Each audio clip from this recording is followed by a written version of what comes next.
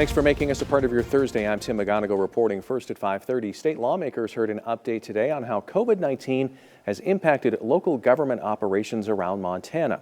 Leaders from the Montana Association of Counties and Montana League of Cities and Towns spoke before an interim committee. They said the pandemic forced cities and counties to change things like public meeting procedures, permit deadlines, and office operating hours. In many cases, those changes required Governor Steve Bullock to issue a directive relaxing some state requirements. Leaders praised the cooperation between the state and local governments. Although there have been bumps in the road, it is amazing in my mind how well your local elected officials have got along, have adapted, and have tried to keep the conduct of public business as normal and as rational as possible through this pandemic. Leaders say the state, cities, and counties and public health leaders were also able to work together to create a system to notify first responders when they respond somewhere a person may have tested positive for COVID-19. More than $1.7 billion in federally backed small business loans have been approved for Montana for 21,000 businesses hurt by the COVID-19 pandemic. But some additional money for these potentially forgivable loans is still available. The money is from the Paycheck Protection Program, or PPP, approved by Congress in late March. 2 rounds of financing have been approved and the money is all but gone, but Montana banks are still accepting loan applications. Carrie Hegraberg of the Montana Bankers Association says rules on the program continue to be updated by the Small Business Administration, so it's important for businesses to check in with their banker on where things stand. For example, today was supposed to be the deadline for businesses who didn't use their loans to return them without penalty, but that deadline has now been extended to Monday. Hegraberg says some Montana banks are among the leaders in the nation for processing and managing these loans for customers. It's a very fluid program, very complicated in terms of how the rules are being modified as they go. So, rather than stay home and fret and stew and wonder how you're going to stand your business back up again, work closely with your banker because they can help in a lot of different ways. The PPP loans are supposed to cover payroll and other expenses for businesses who've had to shut down or curtail operations during the pandemic. Well, today the state announced additional funding from federal CARES Act dollars to expand energy assistance. The $5 million in federal funding will be used to provide supplemental assistance to Low-Income Energy Assistance Program, or LEAP, recipients. The state also starting a new emergency COVID-19 energy assistance program, which will help Montanans who are not current LEAP recipients. The new program uses a 1-month income look back to assist those whose situation has changed due to the pandemic. The state strongly encouraged anyone who is income eligible to apply to help ease some of the financial burden. Oftentimes, we hear of customers or participants that have to make that choice between paying their energy bill or buying food or paying other costs that are associated. The Emergency COVID-19 Energy Assistance Program will use a 1-month income look-back period to determine eligibility. The benefit period for the program will run from today through August 31st of 2020 or until funds are expended. While some much-needed relief is headed to the Blackfeet Reservation, over 450 families receive food as part of a tribal program. The Blackfoot Food Distribution Program provides commodities to income-qualified tribal members living on the reservation or on the border. Commodities are distributed once per month. Director Roy Crawford Jr. Tells us in a time of need, this is the right thing to do. In a time of need like this, I've always said that the best thing you could do to help a person out is put food on their table, and that's what we're trying to do here at the Blackfeet Food Distribution, is just help our people and, put some food on their table, and hopefully, that helps, And if you're hoping to donate to the program, you can check out our website for more details. And tonight, we'd like to again remind you about the Rebound Montana Relief Fund. It's a partnership between MTN, AMB West Philanthropies, and the Montana Community Foundation. With the devastating impact COVID-19 has had on families and businesses, we've created the statewide fund to provide safety net funding for rural and tribal communities adversely affected by the pandemic. And if you can contribute, please go to KRTV or KXLH.com/relief, and you'll be able to access various funds that have been set up. MTN and AMB West Philanthropies will match the first $150,000 donated to the Montana COVID-19 Relief Fund. Well, the pandemic is putting the brakes on some popular summertime events. The Helena Symphony and Carroll College announced today that this year's Symphony Under the Stars has been canceled in response to COVID-19. The annual concert has been running for 16 years. It draws crowds of more than 18,000. Leaders say this is not the appropriate time to hold an event that would bring thousands of people from outside Helena and outside the state. In addition to the health concerns, they say the financial impact of the virus could mean some regular donors won't be able to support the event this year. Music director Alan Scott says the Symphony Under the Stars has a particular celebratory atmosphere, and they think that it would be best to save that until next year. Having a big party and celebrating when we might have up to 100,000 people of our citizens killed by this crisis, we felt it doesn't set the right tone. And the message of a celebration, we don't want to change that. We want there to be a celebration. We want to celebrate our community. We want to celebrate the arts. We want to celebrate Carroll College and the Helena Symphony. The Symphony is also rescheduling 2 of its other planned concerts. Scott said they're working with public health leaders to determine when they can resume their events. Well, in Great Falls, a highly anticipated event for the past 30 years is also canceled due to the pandemic. The Lewis and Clark Foundation has made the decision to cancel the 2020 Lewis and Clark Festival. It was scheduled for June 19th through the 21st. The foundation determined social distancing guidelines would be difficult to implement with such large crowds. Organizers say the festival is still on track to return next year. Well, tomorrow, wildlife management areas across the state will be opening for the year, but there will be a few changes to follow these social distancing protocols. The Beartooth WMA between Great Falls and Helena will be open for day use only until further notice. At the Sun River WMA, a popular spot for shed hunters on opening day, Fish, Wildlife, and Parks will not be weighing collected antlers as they typically would. It's just one step FWP is taking to try to keep people healthy and in compliance with the governor's directive. Instead of letting people just congregate in a big group at the gate, we're going to be asking people to line up along the fences so that we can keep social distance. And that's really going to be our focus. Both the Beartooth and Sun River open tomorrow at noon. Because our WMAs are destinations for people hunting shed antlers, anyone coming from out of state must self-quarantine for 14 days before engaging in any public activity. And another reminder is to be aware of the weather and also bears. Well, tomorrow, all flags will be displayed at half-staff. That announcement comes from Governor Steve Bullock today. The order is meant to honor peace officers Memorial Day and Police Week. All American flags across the state should be half-staff to honor those currently working and those who have paid the ultimate sacrifice. Well, if you're a veteran and happen to be in downtown Great Falls this weekend, you could save some money. It's part of Military Appreciation Days. The event recognizes active duty retired military, veterans, National Guard members, and their family members. For the co-owner of Electric City Coffee, military appreciation hits close to home. As a veteran-owned business, we always want to ensure our military come downtown. So giving them an additional 15% off of their entire order allows those folks to come in and enjoy it during our business hours and try something maybe new or get them downtown and they may have never came downtown before. That event started today. It lasts through Saturday. You can check out the list of participating businesses on our website and also look for signs in downtown business windows. Well, after some sunny skies to start the day, we've seen a few more clouds this afternoon. Brandon Michaels joins us. And Brandon, even with the clouds, it's still the nicest day of the week so far. Yeah, definitely. We've stayed dry. Temperatures are fairly comfortable. It's a lot nicer than it has been the past couple of days. We're going to start with a look at the high-resolution satellite here. You can really see those clouds building as we heat it up into the afternoon hours, but definitely still a couple gaps in the cloud cover. It's not completely overcast, and the temperatures and everything is looking fairly nice here. We do have 1 or 2 little showers popping up, mainly just south of the High Line, south of Haverin, around the Cut Bank area, and then a little heavier shower into Judith Basin County, but not widespread rain like we, again, have been dealing with. Looking outside in Great Falls, plenty of blue sky now that the clouds are starting to break apart as we head a little bit into the evening here. 62 degrees, so very comfortable. Really nice day overall here in Great Falls. The wind out of the west at 7 miles per hour. Helena, kind of the same story. A little bit more cloud cover showing up on the the Opportunity Bank iCam rather, but still some gaps in there and some blue sky. A little bit warmer in Helena. Helena sitting at 64 degrees right now, so things are nice for now, but we do have more rain in the forecast. We'll talk about when that's coming in later in the show.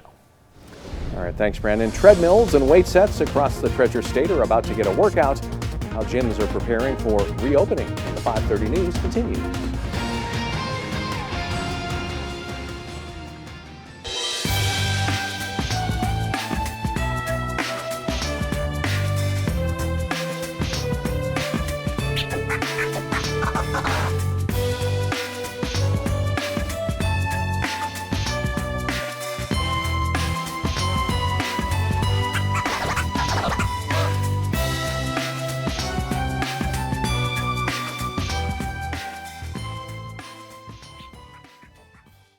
Powered by the Montana Television Network.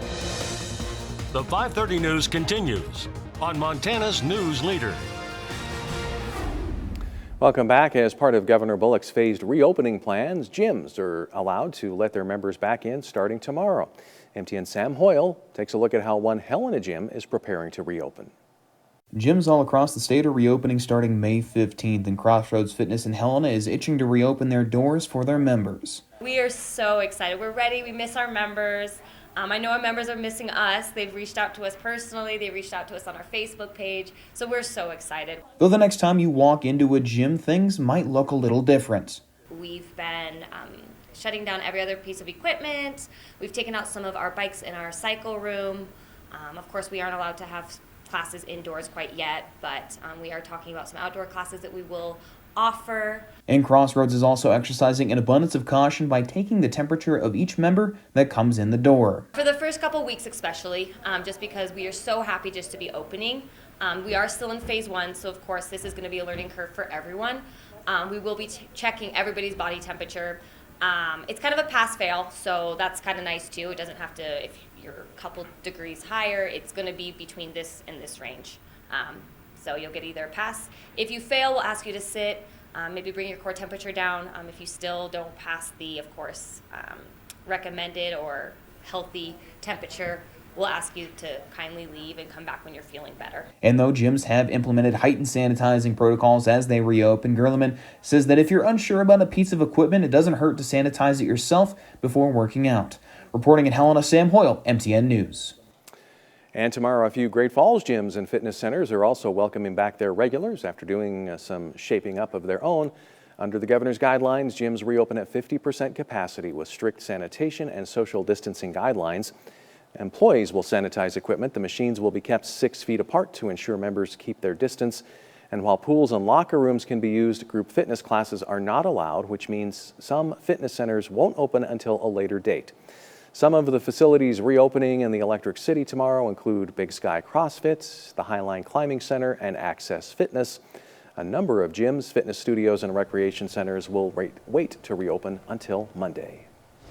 Well, we do have lots of rain in the forecast, not only tomorrow, but as we head into next week as well, and we'll have that forecast up next.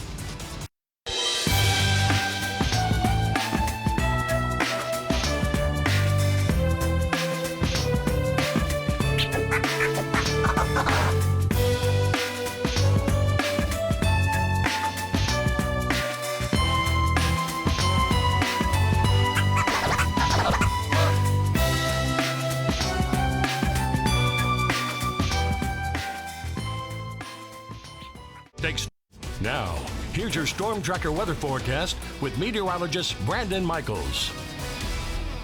Most of us still dry right now, but if we look off to the south and west, we've got quite a bit of moisture lifting in. We thought yesterday that it could be getting pretty close to Helena by this time, and it definitely is. We've got some showers just to the south. Very light, though. Nothing all that significant here. We see a little bit heavier bands starting to develop, though, on western Montana. And in general, there's a lot of moisture if we look off to the south and off to the west. We've got a pretty disturbed weather pattern here, and that is going to be drifting our way. As usual, it's not anything all that intense. Just this area of showers going to be moving in with this kind of broad upper level trough. So that'll be kind of right on top of us for our Friday. So Friday, another rainy day, but we do have more sunshine in the forecast. That's going to break down. We're going to see a nice little ridge build in, and things are going to get back to sunshine by the time we get to Saturday. For now, though, we're going to focus more on that shower activity that is in the forecast here. By about 8, 9 o'clock, we get that pretty close to Helena, and by 10, probably pushing almost into the city limits of Helena here, and you see the clouds increasing with that too. So many of us around sunset or just after sunset are still fairly clear. but those clouds continue to lift up as we head through the night tonight. So for tomorrow morning, definitely an area of showers here. Future Track wants to put that just to the south of Great Falls, but I think by tomorrow morning, Great Falls and even Helena could be getting in on some rain showers. Then we get those rain showers that linger through the day. A little bit more sunshine to the north, but eventually even the high line is going to catch up with some of this scattered shower activity and even a couple of thunderstorms. So again, more rain in the forecast here for our Friday. That lingers into Friday night and into the evening hours as well. Should clear out, though, as that ridge builds in for Saturday, and Saturday's weather is actually looking quite nice. As far as tomorrow, though, it's going to be rainier. We just saw that. It's also going to be a little bit chillier, at least for most of us. 62 right now in Lewistown and Great Falls, 64 in Helena. A couple places like Jordan into the 70s, really comfortable out there. And we are going to have a couple of warmer spots tomorrow, but as far as the overnight lows, not too bad. 40 in Jordan, 43 in Glasgow, 42 in Hayes, 43 in Helena. So places, especially with a little bit more cloud cover, are going to stay a little bit more mild overnight tonight. Temperatures through the day, chilly for some of us, better for some of us. Here's about what we're expecting toward the Great Falls area. Temperatures kind of peaking in the mid-50s. Not all that warm. Definitely cooler than today, but we did notice earlier that those showers are lifting up from the southwest. So the areas that get into that rain a little bit sooner are going to be cooler. Areas where the rain takes a little bit longer to move in are going to be quite a bit warmer. So Helena, Lewistown, Great Falls, mainly looking at temperatures in the 50s here. But as we get up to the north, places along the High Line that don't really see the rain until the afternoon hours, we're looking at temperatures in the 60s, even some spots like Glasgow as warm as 70 degrees. So fairly comfortable there. As far as the winds are concerned, not really a sustained wind for us on Friday, 5 to 10 miles per hour, but of course with showers and thunderstorms, could see some briefly gusty winds in the vicinity of those rain showers. So rain again returning for us on Friday, but back to sunshine. Actually a really nice day for Saturday. Very comfortable at 72 degrees. More clouds, probably some showers late in the day, very late in the day on Sunday, and then just lots of chances for rain from there. Showers and storms Monday and Tuesday, and then as we cool off, just more of a steady rain chance Wednesday and into Thursday, and it's going to be the same story in Helena. Cool with those showers tomorrow, much nicer on Saturday. Sunny, 70 degrees, some evening showers on Sunday, showers and storms Monday and Tuesday, and then that steadier rain will be possible Wednesday and Thursday, and we're going to keep a close eye on that because it looks like it could be quite a bit of rain. Tim? Thanks, Brandon. Well, did you know some of the NBA's top talent once showcased their basketball skills in Lewistown? We look back at the Western Invitational Tournament coming up next. Powered by the Montana Television Network. The 5:30 news continues on Montana's news leader. Welcome back. Sports fans around the world have been captivated by the ESPN documentary The Last Dance. It debuted in April. The 10-part series documents Michael Jordan's final season with the Chicago Bulls. But what you may not know is that many of the figures in The Last Dance spent some time in Montana. The Western Invitational Tournament in Lewistown was held annually from 1946 through 1999. It drew top players from around the country. Names like Phil Jackson, Dennis Rodman, John Stockton, and Nate Archibald competed at the Lewistown Civic Center in what was once known as the best tournament west of the Mississippi. It was unbelievable. There were so many people from around the area that would come in there, and that was so cool because it was just packed to the rafters. You just couldn't get everybody standing around there. And they had these greasy hamburgers, were the best hamburgers in the world. I mean, it was just great. I just remember Friday and Saturday night that this place would just be packed, and they were having to turn people away at the doors. And our Tom Wiley will take a deeper look at the legacy of the WIT. The full story is coming soon to montanasports.com. Professional skier and Whitefish's own Maggie Voisin was named the Free Skiing Athlete of the Year yesterday by the U.S. Ski and Snowboard Association. The two-time Olympian returned to competition this winter from ACL surgery, scoring 5 consecutive podiums. She won gold in slopestyle at the X Games Norway and silver in the big air at the same competition. Voisin also took bronze in the slopestyle at the X Games in Aspen. The 21-year-old trains at the U.S. Ski Team facility in Park City, Utah during the winter, but returns home to Whitefish every summer. Voisin says she's proud to represent Whitefish and the state of Montana on the biggest stage. I mean, you ask anyone who lives here or has been here, there's something so special about this town, about this state in general. And yeah, I mean, I could not imagine growing up anywhere else. And I'm so grateful that I get to represent such an awesome place. And Voisin has her sights set on qualifying for a third Olympics in Beijing in 2022. She's currently practicing social distancing at her family home in Whitefish. We'll be right back with a final check of weather. Welcome back. Lots of chances for rain in the forecast. Here are one chance for a truly dry day. Looks to be on Saturday, and lots of sunshine. Beautiful day there. Even by Sunday night, we've got rain moving in, and it lasts through pretty much all of next week. Well, finally, we all know that exercise is good for the body. A new study showing it's just how good it can be for your brain as you get older.